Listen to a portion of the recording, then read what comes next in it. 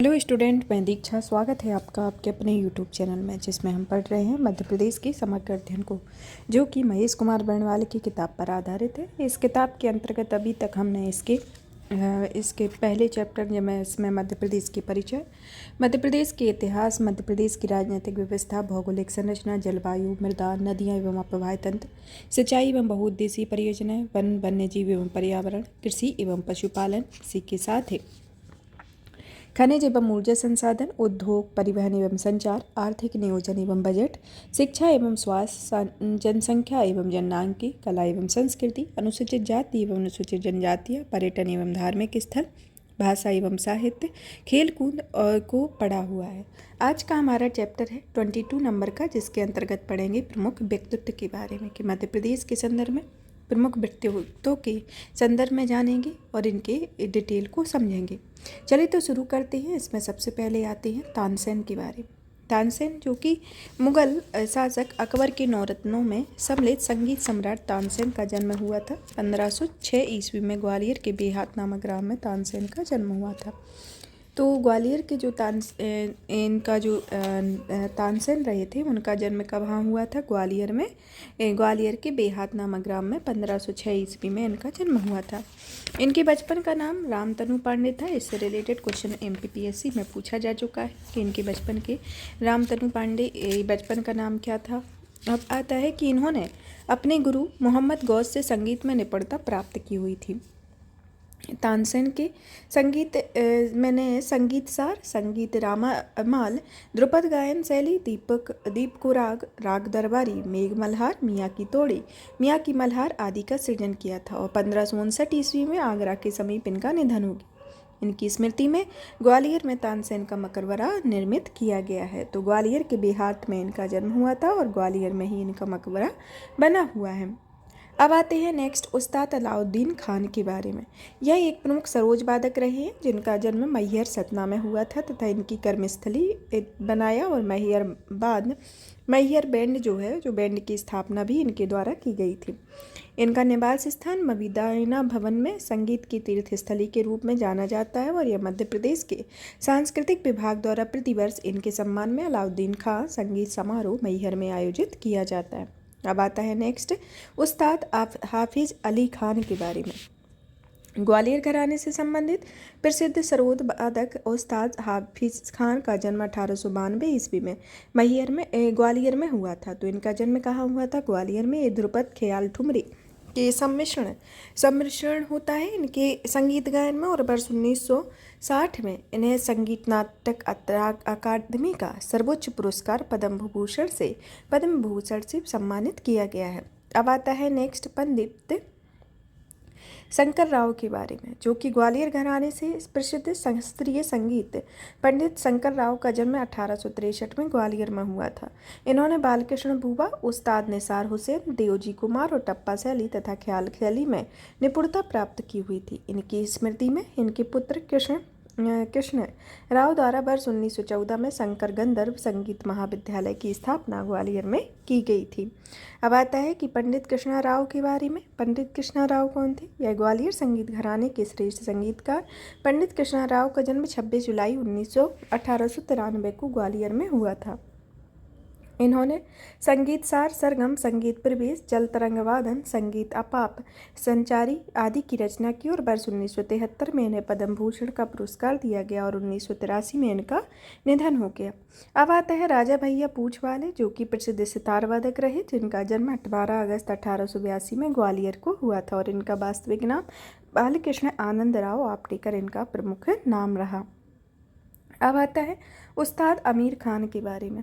इन्होंने इंदौर घराने के ख्याल तथा तराना शैली के प्रसिद्ध संगीतकार उस्ताद आमिर खान का जन्म इंदौर में हुआ। इनकी स्मृति में प्रतिवर्ष उस्ताद अलाउद्दीन खान संगीत अकादमी के सहयोग से इंदौर में आमिर खान संगीत समारोह आयोजित किया जाता है।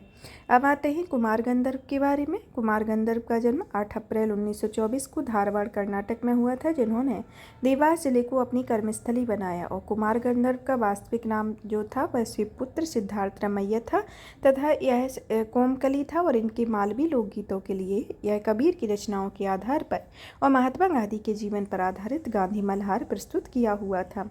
अब आता है बेगम अस्करी बाई के बारे में। यह प्रसिद्ध ध्रुपद गायिका बेगम अस्करी बाई रही, जो कि 1918 में छतरपुर जिले के अंतर्गत बिजावर रियासत में हुआ था और 1990 में पद्मश्री और 1985 में तानसेन सम्मान और वर्ष 1986 में शिखर सम्मान प्रदान किया गया और 29 अगस्त 2006 को टीकमगढ़ में इनका निधन हो गया। अब आते हैं आपके नेक्स्ट गुलाम हुसैन खान के बारे में। यह प्रसिद्ध सितार वादक गुलाम हुसैन खान का जन्म वर्ष 1927 ईस्वी में इंदौर में हुआ।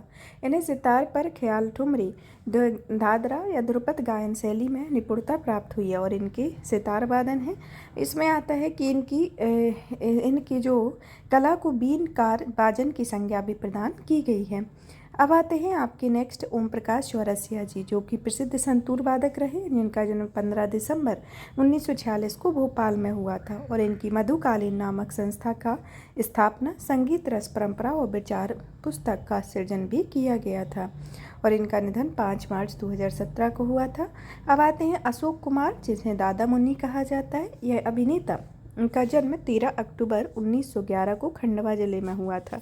इनकी फिल्म नैया से इन्होंने अपनी शुरुआत की थी और वर्ष 1962 एवं 68 में सर्वश्रेष्ठ फिल्म फेयर पुरस्कार और वर्ष 1988 में दादा साहेब फाल्के पुरस्कार, 1999 में पद्म भूषण पुरस्कार दिया गया और 10 दिसंबर 2001 को इनका निधन हो गया।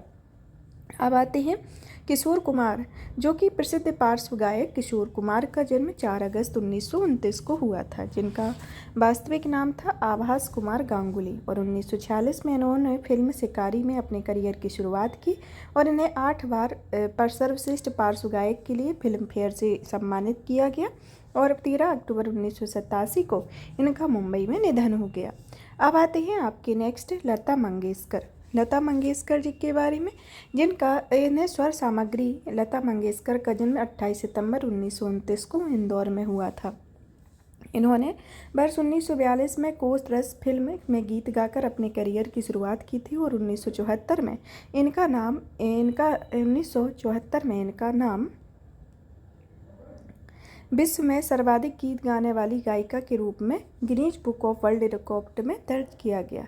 1969 में पद्म भूषण और वर्ष 1989 में दादा साहेब फाल्के पुरस्कार और वर्ष 1999 में पद्म विभूषण तथा वर्ष 2011 में भारत रत्न से सम्मानित किया गया और 6 फरवरी 2022 को मुंबई में इनका निधन हो गया।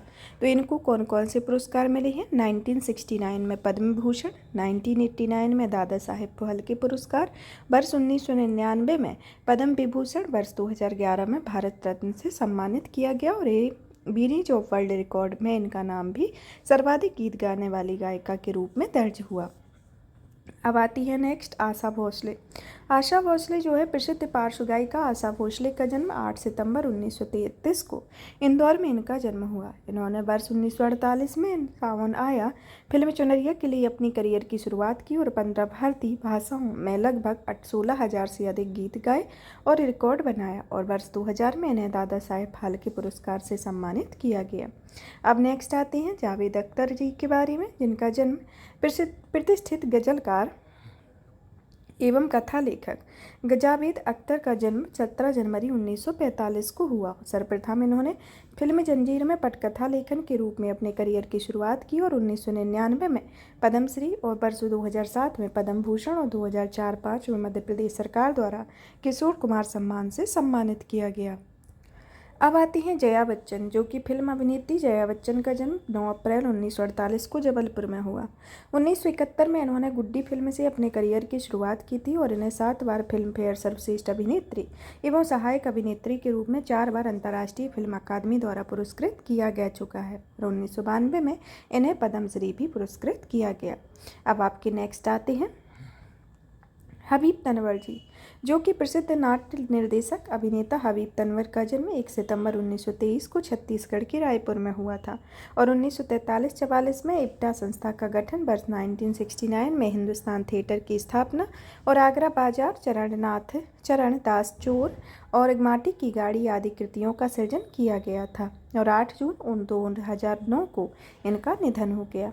अब आते हैं बाबा डीके के बारे में, जो कि रंगकर्मी बाबा डीके का जन्म 7 जून 1919 को नीमच में हुआ था और वर्ष 1942 में इन्हें भारत छोड़ो आंदोलन में सक्रिय भूमिका निभाई और वर्ष 1955 में इन्होंने नाट्य आरती की स्थापना की और वे सर्वप्रथम अखंड तांडव के नाट्य लेखन से अपनी करियर की शुरुआत की हुई थी।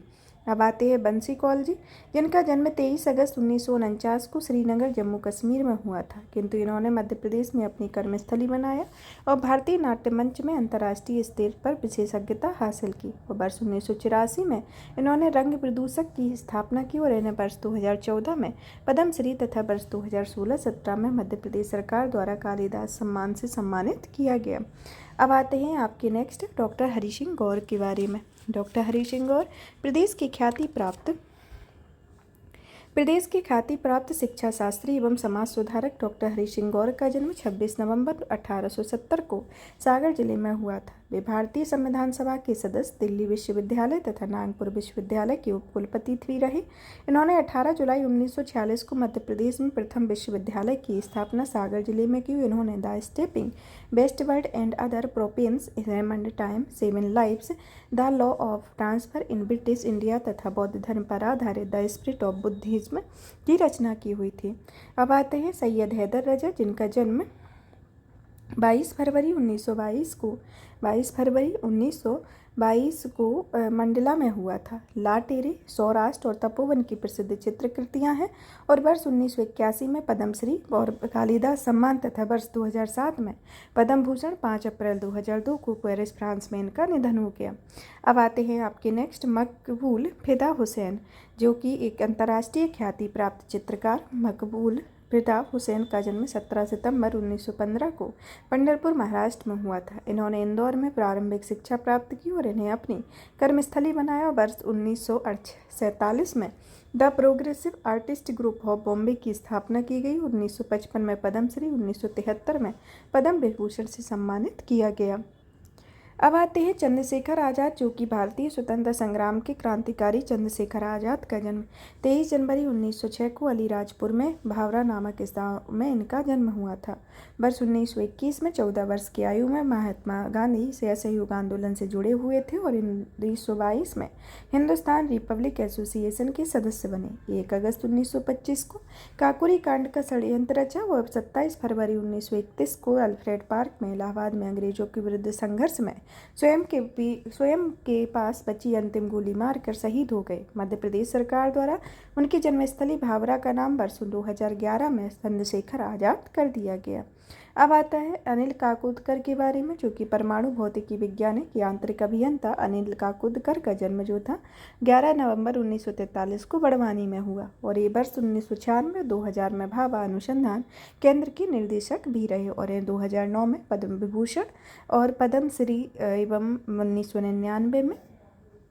1998 में पद्मश्री और 1999 में पद्म विभूषण और वर्ष 2009 में पद्म विभूषण से सम्मानित किया गया। अब आते हैं नरेंद्र कृष्ण कर्मकार के बारे में, जो कि एक महान गणितज्ञ रहे, जिनका जन्म 1957 में ग्वालियर में हुआ और यह करमरकर कुलन विधि तथा गणित के एल्गोरिथम सूत्र का प्रतिपादन भी किया हुआ था।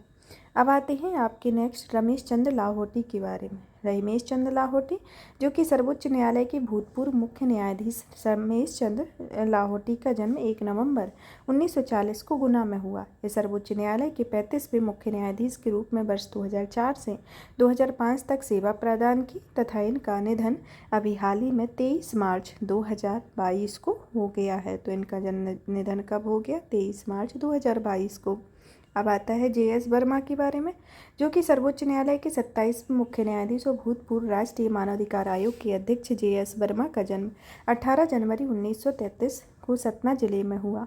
वर्ष 1986 में मध्य प्रदेश उच्च न्यायालय की मुख्य न्यायाधीश और 25 मार्च 1997 से 17 जनवरी 1998 तक सर्वोच्च न्यायालय के मुख्य न्यायाधीश के रूप में रहे और 22 अप्रैल 2013 को इनका निधन हो गया। इन्हें मरणोपरांत पद्म भूषण से सम्मानित किया गया।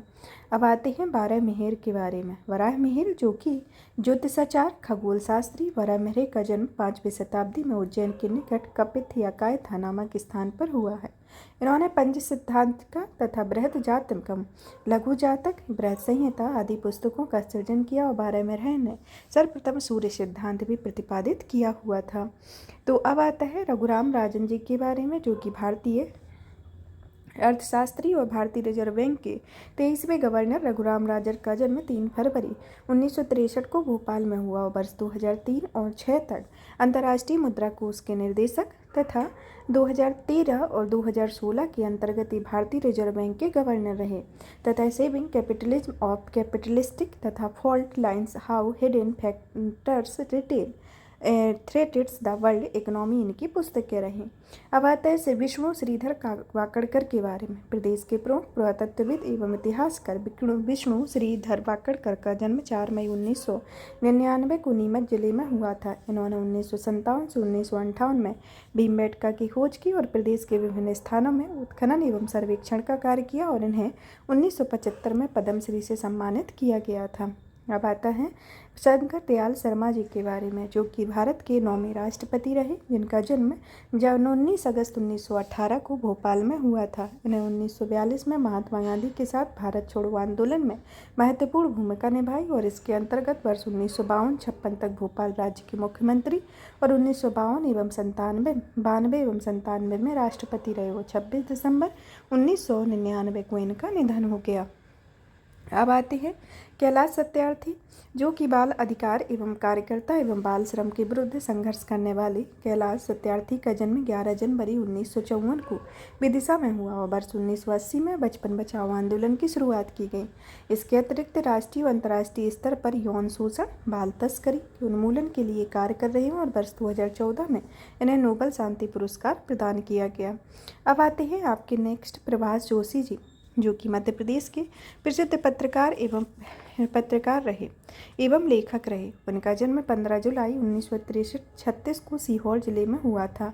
सीहोर जिले के आष्टा में हुआ था। इन्होंने इंदौर से प्रकाशित नई दुनिया और जनसत्ता पत्र का संपादन किया था और 5 नवंबर 2009 को इनका निधन हो गया और 2013 में इनकी स्मृति में मध्य प्रदेश राजकीय खेल पुरस्कार प्रदान किया जाता है। अब आता है डॉक्टर भीमराव अंबेडकर जी के बारे में, जो कि भारतीय संविधान निर्माता रहे हैं। इनका जन्म 14 अप्रैल 1891 को इंदौर महू में हुआ तथा 1963 में स्वतंत्र मजदूर पार्टी की स्थापना की और 29 अगस्त 1947 में संविधान का मसौदा समिति का अध्यक्ष चुना गया और इनकी caste India, annihilation of caste, the Buddha, Karl Marx उनकी प्रसिद्ध पुस्तकें रहीं और 6 दिसंबर 1956 को इनका निधन हो गया और 1990 में इन्हें भारत रत्न से सम्मानित किया गया और इन्हें आधुनिक मनु की संज्ञा भी दी जाती है। तो ये मध्य प्रदेश के प्रमुख व्यक्तित्व रहे हैं। अब देख लेते हैं और कुछ अन्य व्यक्तित्व, जैसे ये प्रमुख व्यक्तित्व हैं जिसमें आती हैं दिव्यांका त्रिपाठी, भोपाल से है, फिल्म अभिनेत्री। सारा अली खान, जो कि भोपाल की प्रसिद्ध फिल्म अभिनेत्री। विमल कुमार शर्मा, भोपाल से प्रसिद्ध साहित्यकार। उस्ताद नासिर हुसैन। जादूगर आनंद, जो है जबलपुर में अंतर्राष्ट्रीय ख्याति प्राप्त जादूगर। फिल्म अभिनेता राजीव वर्मा। आशुतोष राणा गरड़वाड़ा के नरसिंहपुर के हैं, जो कि प्रसिद्ध फिल्म अभिनेता हैं। फिर आते हैं अन्नू कपूर, जो कि भोपाल से संबंधित हैं। रईसा खान भोपाल में महिला समाज सेवी रही हैं। फिर आते हैं इसके बाद आपके और नेक्स्ट डॉक्टर भक्ति यादव, इंदौर की हैं, जो कि प्रदेश की प्रथम महिला चिकित्सक एवं पद्मश्री से सम्मानित रहीं। अर्जुन रामपाल, जो कि जबलपुर के हैं। फिर आती हैं वाजिद खान, जो कि प्रसिद्ध आर्टिस्ट हैं। मुकेश तिवारी सागर से संबंधित है।